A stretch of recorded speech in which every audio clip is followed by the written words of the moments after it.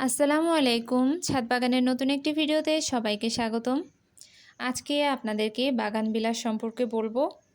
শীতের শেষের দিকে আমি আমার এই ২টা বাগান বিলাসের হার্ড প্রুনিং করে রিপোর্টিং করে দিয়েছিলাম। তো দেখুন মাশাআল্লাহ খুব সুন্দর গ্রো করেছে। আর এই গ্রোথের পরে আমি এখন প্রত্যেকটা মানে বাগান বিলাসের যে প্রত্যেকটা ডাল আছে, ডালের যেই আগা আছে সেটা পিঞ্চিং করে দিচ্ছি।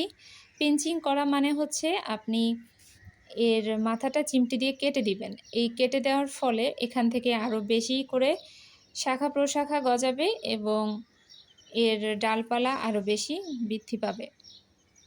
আর গাছটাও অনেক সুন্দর ঝোপালো হবে। তো আমি আমার এই চিত্রা ভ্যারাইটির এই বাগান বিলাসটার পিঞ্চিং করে দিয়েছি। আর যেটা আছে আমার আরেকটা বাগান বিলাস টেক্সাস কিং, সেটাও আমি এভাবে করেছি। তো দেখুন এখন হচ্ছে জুলাই মাসের ২ তারিখ। তো দেখুন মাশাআল্লাহ গাছটা খুব সুন্দর গ্রো করেছে। আর এই টেক্সাস কিংয়ে সারা বছর ফুল থাকে।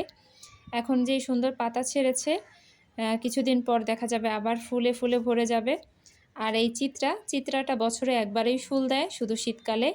দেখুন মাশাআল্লাহ খুব বড় হয়েছে ডালপালাগুলো। তো আবারও নতুন কোনো ভিডিও নিয়ে ইনশাআল্লাহ হাজির হব। সবাই ভালো থাকবেন। আল্লাহ হাফেজ।